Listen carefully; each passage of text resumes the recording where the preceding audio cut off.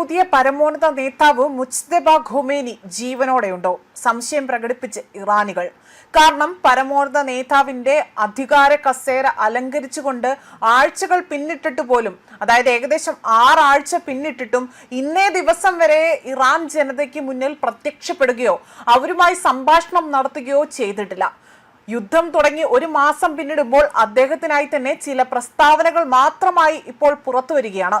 ഏറ്റവും പ്രധാനപ്പെട്ട പ്രഖ്യാപനങ്ങളെല്ലാം തന്നെ ദേശീയ ടെലിവിഷനിൽ വായിക്കുകയോ സമൂഹ മാധ്യമങ്ങളിലൂടെ പോസ്റ്റ് ചെയ്യുകയുമാണ് ഇപ്പോൾ പതിവ് രീതിയായി കാണുന്നത്. ആയതിനാൽ തന്നെയാണ് ഇപ്പോൾ ഇത്തരത്തിലൊരു സംശയം പ്രകടിപ്പിച്ചുകൊണ്ട് ഇറാനികളുടെ ഉള്ളിൽ വലിയ രീതിയിലുള്ള ഒരു സംശയം ഇവിടെ അതിനിടയാക്കാനുള്ള സാഹചര്യം ഉണ്ടായിരിക്കുന്നത്. കാരണം ഇറാൻ ഇപ്പോൾ നാഥനില്ലാ കളരിയായി തന്നെ മാറുകയാണ്. IRGC ആകട്ടെ ഇറാന്റെ ഭരണം ഏറ്റെടുക്കുകയും ചെയ്തതായിട്ടുള്ള വിവരങ്ങൾ പുറത്തു വരികയും ചെയ്തിരുന്നു. ഇതിന്റെ പശ്ചാത്തലത്തിൽ കൂടിയാണ് ഇപ്പോൾ ഇത്തരമൊരു റിപ്പോർട്ട് പുറത്തു വന്നിരിക്കുന്നത്. ഭരണകൂടത്തിന്റെ നിലനിൽപ്പിന് തന്നെ ഭീഷണിയായി തന്നെ കണക്കാക്കപ്പെടുന്ന പശ്ചിമേഷ്യൻ സംഘർഷത്തിന്റെ പശ്ചാത്തലത്തിൽ മുജ്തബ ഖൊമേനിയുടെ അഭാവമാകട്ടെ വലിയ രീതിയിലാണ് പ്രകടമായിരിക്കുന്നത്. പരമോന്നത നേതാവിന്റേതിന് പകരം തന്നെ മതപുരോഹിതന്റെ പ്രസ്താവനകൾ ദേശീയ ടെലിവിഷനിൽ വായിക്കുകയോ സമൂഹ മാധ്യമങ്ങളിൽ പോസ്റ്റ് ചെയ്യുകയുമാണ് പതിവ് രീതിയായി കാണുന്നത്. മുജ്തബയുടെ സന്ദേശങ്ങൾ കൈമാറുന്നതിനായി തന്നെ കാണിക്കുന്ന AI ജനറേറ്റഡ് വീഡിയോകൾ പോലും ഭരണകൂടം ഇവിടെ ഉപയോഗിച്ചിരിക്കുകയാണ്.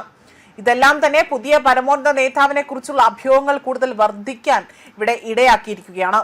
മാത്രമല്ല അലി ഖൊമേനിയുടെ കാലഘട്ടത്തിൽ പ്രസംഗം, വിധി അതെല്ലാം ശ്രദ്ധാപൂർവം തയ്യാറാക്കിയ ഇടപെടൽ എന്നിവയിലല്ലാതെ തന്നെ ഒരാഴ്ച പോലും ഇറാനിൽ കടന്നുപോയിരുന്നില്ല എന്നതാണ് വാസ്തവം.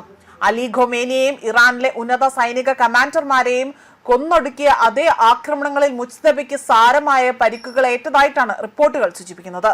അതേസമയം മുതിർന്ന ഉദ്യോഗസ്ഥരുമായുള്ള കൂടിക്കാഴ്ചകളിൽ അദ്ദേഹം ഓഡിയോ കോൺഫറൻസിംഗ് വഴി പങ്കെടുക്കുകയും യുദ്ധം ഉൾപ്പെടെയുള്ള പ്രധാന വിഷയങ്ങളിലും US-ഉമായുള്ള ചർച്ചകളിൽ തീരുമാനമെടുക്കുന്നതിൽ ഏർപ്പെടുകയും ചെയ്തു എന്നതാണ് ഇവിടെ ചില റിപ്പോർട്ടുകൾ സൂചിപ്പിക്കുന്നത്.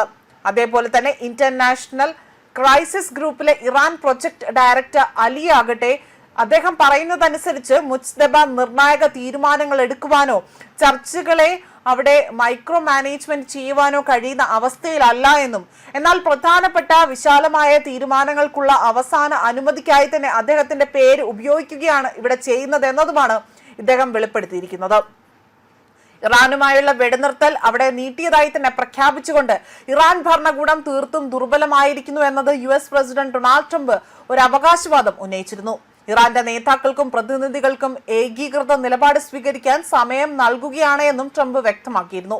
ഇറാനിലെ സംഭവ വികാസങ്ങൾ ദുർബലമായ ഒരു സംഭവത്തെക്കാൾ പുനർക്രമീകരിച്ച ഒന്നായാണ് ഇവിടെ സൂചിപ്പിക്കുന്നത്. സൈനിക സുരക്ഷാ വിഭാഗത്തിൽ അധികാരികൾ അവിടെ ഏകീകരിക്കപ്പെടുന്നു എന്നതാണ് നിലവിൽ വിലയിരുത്തപ്പെടുന്നത്.